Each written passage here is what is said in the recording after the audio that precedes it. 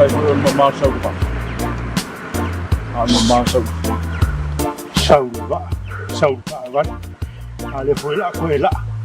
Aí ele se ia lá cala pa foi ali. Por uma cama mau. Ia ai que lo chama mo kau. Deu o mau el tatu po kalami jadi salah. Aku kau pun kau. Ai kau. Pika que amo. Pero favor. Que lo buat kau faz. Isso qual lo kaka. Kata fatul mai mo mai el tatu tunu fa pongo tatu po kalami awala ini malili. Ni vai ngala fiafi pe la mo na mai mo mai na vayas. Le lava tatu tini le mo tele sala fai. Mai ason tini le sa mai mo tatu tunu ul fa swatina.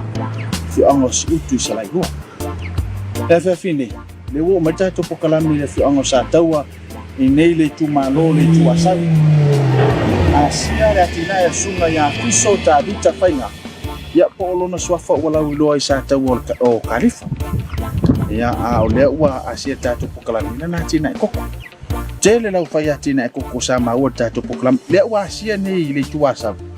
Le angor tamau ainga le nau le tu malo le. Saola mai yasu mai mai le so. Koko fai o pop. Se asia. Pe tai tu tusa le metutia kalifa. Ya mali metutia ni so lau fai atina koko. Mea la mai moa, so pongo tatu po kalami. Awala ini mali. Nasi mau cuma bakoi. Sebab itu mak uai. Yo nak kaya karif.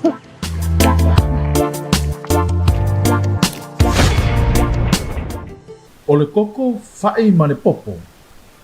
Ole o fale na tula le sa fai ma puna o manuia ole tamau ainga. Mole tua saula maia. Ole tamau ainga sa tua yai tua a o to fai tia. Sa tia ai ainga. E pe o nei ai manuia o sapi ai i o naso. O le manatu fo ile sa wha ma ite le nau ta inga o le tamai a fiso ta vita whainga. I nei eto e fo i siona a inga i sa taua. Se ito i la langa le tonga koko sa mamanu ai e siona tua a. Le atina e ino sio lantu a inga. O ta vita o yale o ta ufa amtua ina i le whana o ona matua i le te minei. Sa no fo i le a inga o siona tolua. Masia na whanau. Pe tai o le luafe se fulu ma le vanu. Na ia manatu o te tau o na toi foi. Se i toi a tia e le tonga koko. Sa tau ti ngā aisi o na tama. O na uau sange luna ainga. O le kai misa au koe ka liu mai ai le luafe se fulu vanu. Ia o ngā le ngau ka inga lama ia wai mo ila masai a inga o kamaki. Ia e pei a sau lava ia ma kilo le mea ngā. Mafakia isi o ma kukua a. Ia o le whainka o le mea ua ko angao le. Ia le pe o nga sila aku ko sunga. Ai me se le sunga le whawhenga. I le lau ele ma whangua e whaisikele. Ua le nga whakia e uso la iki sa la kou kau mawhaia. O nga ngau le vao ma keu le koko. Pe o le alala le o loo koe fo i mai i le kaimilea. O lau koe kau mawhainga la lea. Le pe o nga iai le swinga le a swinga ke le ua iai. Ia ko ai malango sua si ia ko mai lo mako. Le ma fai iai o nga o whaakingo. Ia e wha moe la vai le anga le leo le atua e fisosoangi mai e kau ko o lua inga fuafuangan wha moe. E ala le maa losi. O le maa fau. Ia me se foi o le loko e whaakingo ai ia. Ka penga ngari ngei foi wha mangu ianga. E le whaingo fia le toi fo i fo fiso ta vita e toi ngau le mau. Ma toi le langa le tonga koko. Wa so tia ina i le mau. Pe tai e le avea lea mala. O lona wha vai e wha atino le atinai. Wa ia nau e toi le langa. Sau loa ua whainga ka le vau. Sa au kama whai fo i lea kulo wale wha fonga fo i le malo lea kungu upe a mai moma. I le kausa sainga fo i lea whapapu. Awa ole pui o nga sila. O ke sa ua fufi a koa ele fue le koko. Ia ole wau kua ngiu ia ua le maarofia le mafia voi. Ia ola u mea la sa fai. E mwhai sa fai ama ua kau su mai ngai ka mai ki ko olua. sosoangi ya kia fo ile kau ka penga inga ole ia nga olole le vai kau fo ile kau mafanga wa kailo ka ika wa ka ko pe e fo ringa a de vela lela io fa fa ngofi fo le nga sa ve ule va o ia nga le la pe o nga yele mama le o sila ku ngi O koko na totoi mai le tina e tuai. Whatasi ma koko lava na mau e totono o le whanua. O mea ia sa whaongaina e fiso e toi la langa ile nei ta mao ainga. E peo na ele te le ua iai le te minei le tina e.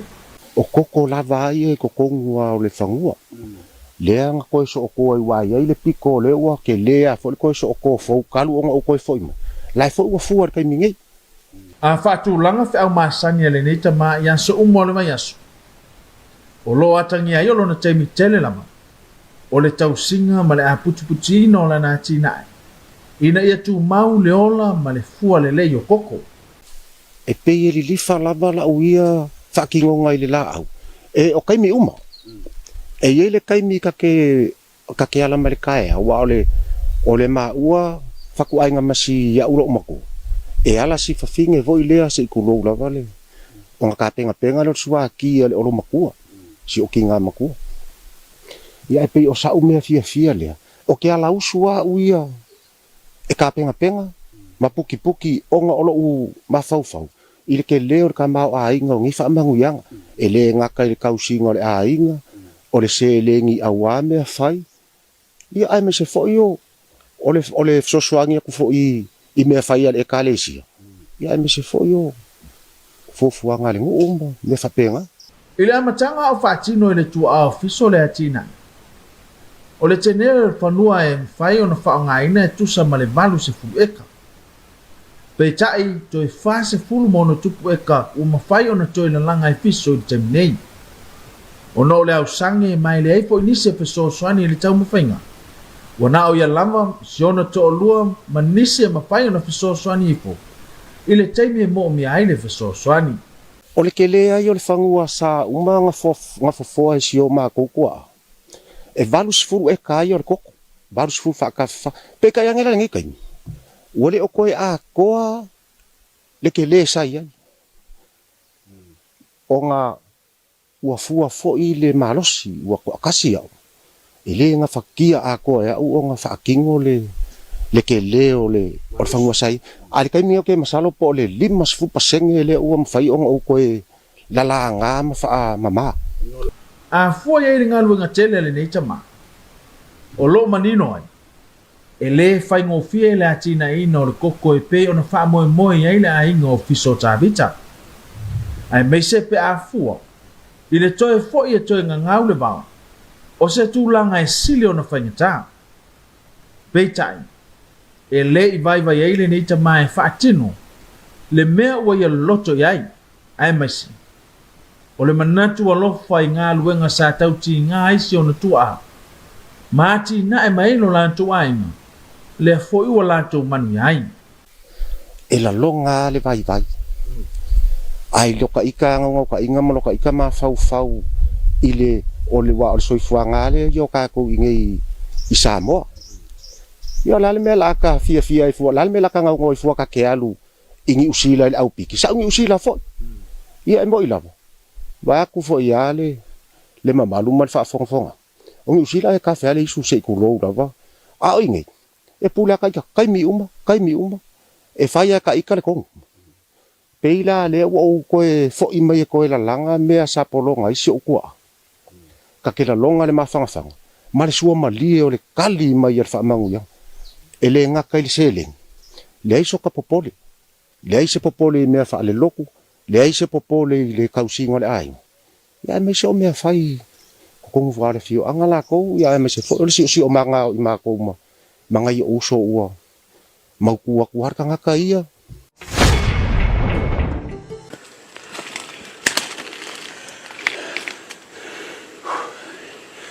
E sa mai mo matatu o tunu ule.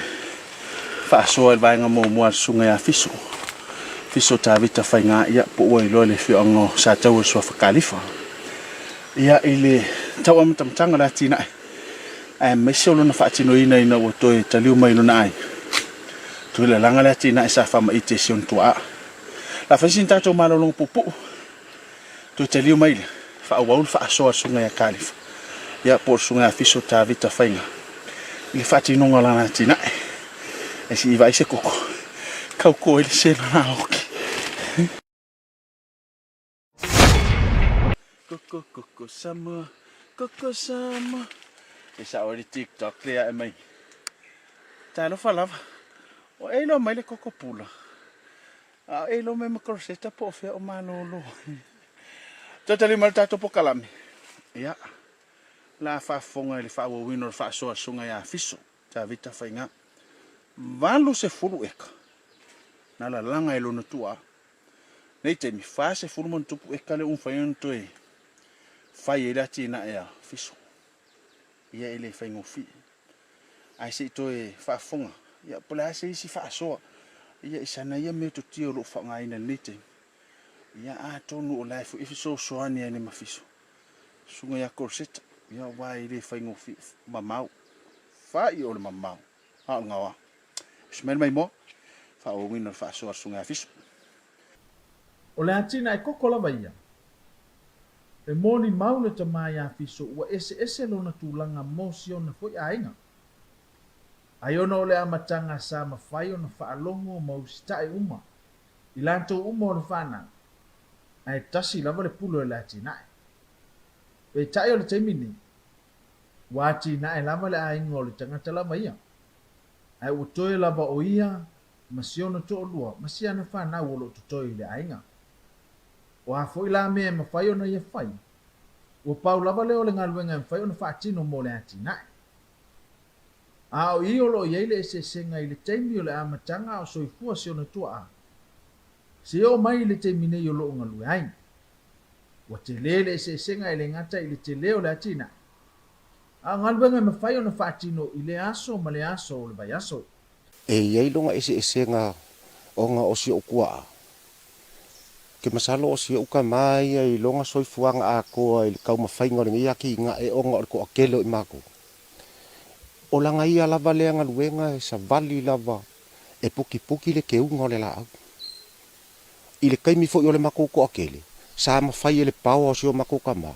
O nga uskaka I umama ko I le ngava I kau. Sa le se fale ko ai peka yange inga ua wa amia fo ele li isi o kama. O le kaimi la lenge. O le ia ma se uso fo ile o sau e fisosoang.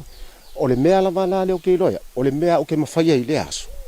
O nga eu lalo le feke eu lalo ko mango au ale o kako kilo ngele la o lo ka fa ma o ngila vai puki ma fa pele le nga kali mai pe o ia I le aku ai nga fa mangu yanga le Mai lama I la matanga o le nei por kalang. Ese umalama me to tia fai to anga lo fa ngaina le au fai atina e koko. A wale tau singa. Ma le a puti no le koko ina ia tu maulo na ola ni nei. E pei lama ona tāua. O le ati ina ele nei sa ta mau ai ngai na ele tu malo a sau. Ma iai fo I mea to tia lava ia. E pei ona iai le tamai a fisolo o whao ngaina. Mo le tau singa o lana tunga koko. o la ua ia filifili ngore koko e o ke mo mia o le ako e sui e le koko. E ka ke fai mai le koko I le o ngā koko. A wa o le o ngā koko. O le maua si o kama. O le o ngā koko e a mai e fai si o ngā la popo o ngā whaku koko. A o si ula la koko. E fai mai ia. E lili. E liu. Ia o le mau lava ia faa aso la. A le waka follow ai fuafuanga si o kua. E mong yam fa mau. O nisi e manatu o le koko e longa lama lona ele le iei lona ola. Pe tai o le moli mau a fiso e le faa longa e le koko se ele.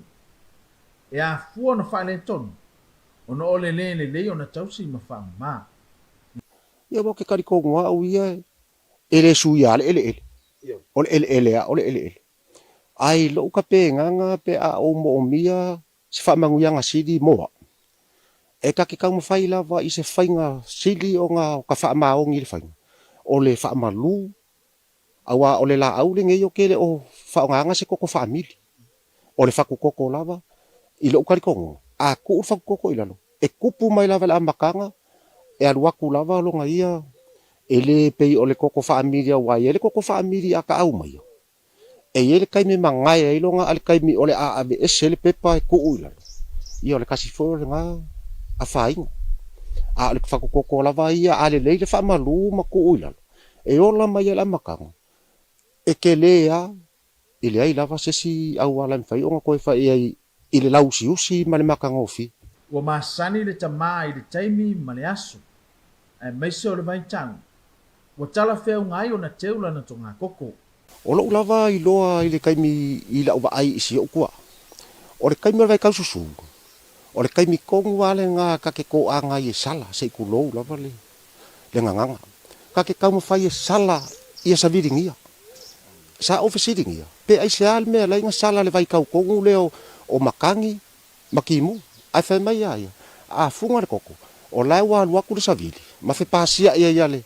ai a ku le koko i le keu le vai kaimi o le mawhangawhanga a fai pe le kaimi lea wa kakau e o wha pele pele le la au mai le vevela o le la e le mawhai o nga koe so o nga sala inga pe nga paula vale mea kake ko anga kaimi lea wa kaimi kongu ngei o le fuaka kaimi o le mungala kaimi o le vai kau mawhangawhanga e mawhai e o nga kālaku o le eula vale feke a wa whai mai o le feke o le mea le ka kupu mai le feke o inga e oso mai e le funga o le koko a le leila o nga e a puki puki le vaenga le e mamau le lei funga e mo e le funga le lea a e mamau lava le funga le koko la kou e fua mai a e whaamali e lo le o le malamalama ma le mea totia o loo sapi ai le tamā iā fiso e lē o se malamalama na o ina i ni potuaʻoga ae o le silafia na ia maua mai ia ooʻoga e siona tuaʻa ua tofāitia ma tuu faasolo mai ai lava ma e talitonu fiso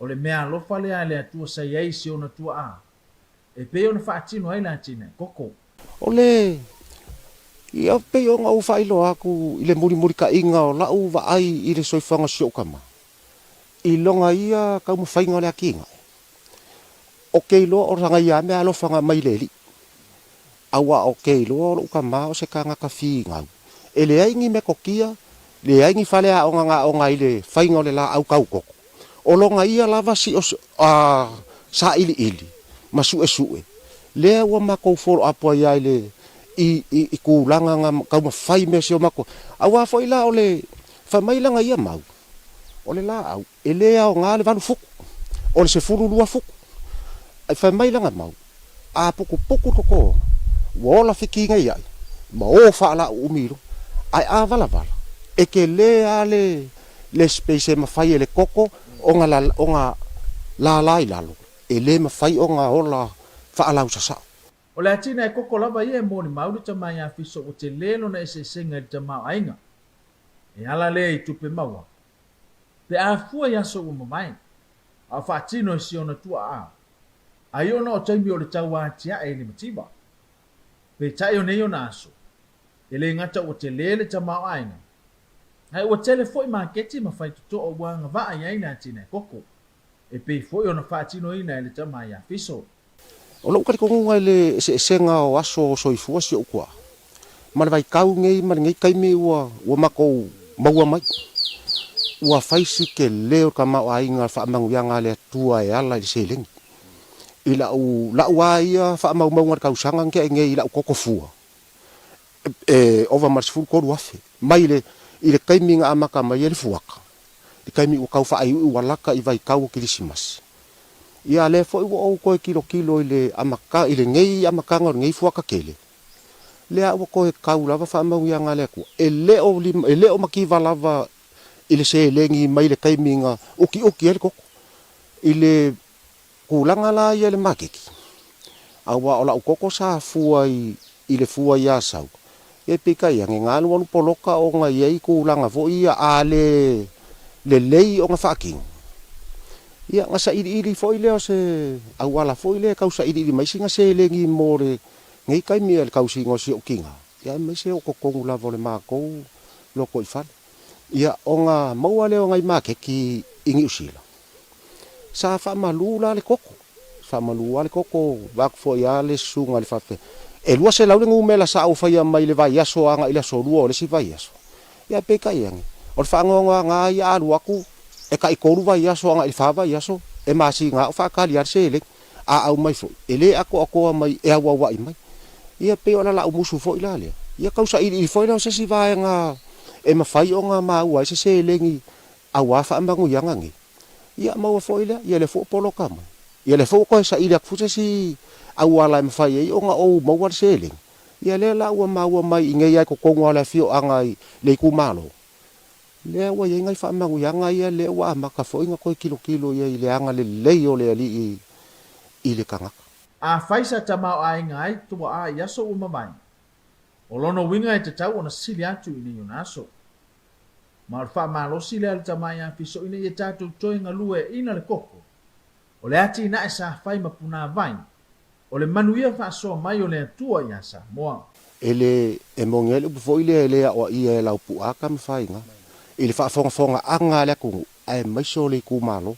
Awa o leo ke karikong o le ku malo ngumela kasiale ngei ile la au ngei por ngei fa mangu yanga le ku ia a o la ka ika ku alalo awa le fiu ngofi ka ko fi ngau finga awa ele ya se si ele la valo se ku lo le la valo ki nga singa vai la ikikia ia o le mafuka ele ia la kakalo e a winga mai fo ilang fa malo si awale ngang pa ia fa penga nga ka iko o inga fa moe awa fo ile ka mo fainga ile ngeila au ka o lo mo wa ile la nga se lengi awa pi or ka ko wai ku malo ia o fa moe nga la o lau ele ai ala mai la le il finga e ka penga ma puki le la au le ngei le la yo nga mo wa se leng wa ile ai se sia la nga se lengi le ngi fa moe nga ngi usoi fafo le ngi ko e kangi lava ka ika yo ka lima ai a fa pala ma fa pai ia le ai se manguia ole a mau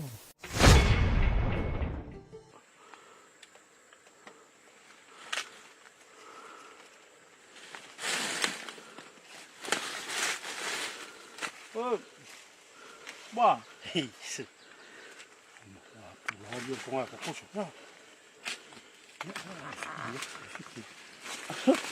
ke nga le fa ia me ko kia nga ni fa le kokon fa ia ko a fa ko la o fa nga la a ve koko o le singa ko la fungu au mo e te mana o i mea le lua te tua o a wala ngoi nga ringa fa ko nga fisu ia va ila le ka ko mo ka ka le fe ko nga koko mai fisu e tau le paelo ia pe mai le tang ka le pulo winga sawa o ele si fa amakwa ai nyu malili le yengi o le mea ko ngore e fai o e fisi di su amakwa e le mara ma ga ia ke le fa so afi o le tasi ni o tina mai fiso ta ma ai ngai le tu ma lo le tu asa yona ele o le koko o le popo ma fa le fa la sa o le no nai to ta liu mai to fa ko va ai le se koko pula mai la ka fu e ka kum lang o pe o le la o ke si so ai le kasi se koko ai le mo fai la nga e mo wa fa mo yanga de fu ko ka fai ke pai ye yo ese fo mali ile fa ngofi e ka koko mo fo ka ngaka ko sodi a fa e vai so a ko o ka we fiso langa nang ko nga koko ai fia over my fia vai so o ke ko nga ko ia wai ke o ese ko komang ave ese le la ka kupu ke ave ese uma o le mama o le sila me ka le fa me fiso fa me se ka lima ka usanga ko a le ko fiso nga ko lo fa su o wa ma ka nga fu a fa me o langa ia me ki o fa mama ia o kere fu ile ka mau ai ia me ia o manga yo lo wa ai sa ko ai ro bala manga ka si ia la ka ko ai do nga ko ai ka porque ne ko manga o lo ka fu ka ko ri se kere ko ke dio ka mau ai ko ke ri ma ya ma lo fa malu skinu mo mai kasi ngame e koro puro ya fiso o le ngau sau ngi mo fa pe kere o mai ile mere ile ma manga le ko nga ko fiso le fa fika o le wa o ma awa le si le ka ia o ngā koe ngā kingo ngā Ada iu. mga yan. Nang ringo faya le launga fanya ya. Ai wei nga faya nga launga nga kapa ura la mai. Kela. Ia, ma wale whalumang. Mole nga whaaftei tele, ia ile sunga ia fiso ta vita whainga. Ia a mese fo i o le whaayang amnoino lon tem tau. Ia whaasoila nati ngai koko. Ile fio anga o sa taua ile tu malo le tu asau. O le lato tamau ainga maua le o le koko, o le whaai rupo. Le fo ula o toi le langa sunga. E whai tau fia whemau. Pe a le leo na a puti. Le fo uwha manatu mo tātou. Ta ua lon sae finfinau, a ua wha vai. Ia e whaatino le atina. Mole nga whaaftei tele, sunga a fiso. Mole amanua ta ua sili le mātou whaaftei whalolo whatuanga. Ia o langolango ina le nipo kalami. A wale mai moanga tātou tunu. Ma ua si whalumanga ile ngata mai moanga Samoa. Ia ai sili o na tāua. Mo le sunga a korseta. Au le mana o le koko fiso. Mo si swapa ponga nama yaso, manu ia tele ne whaafi. Tau whaasi. Ka whaangu i o koko. E sami.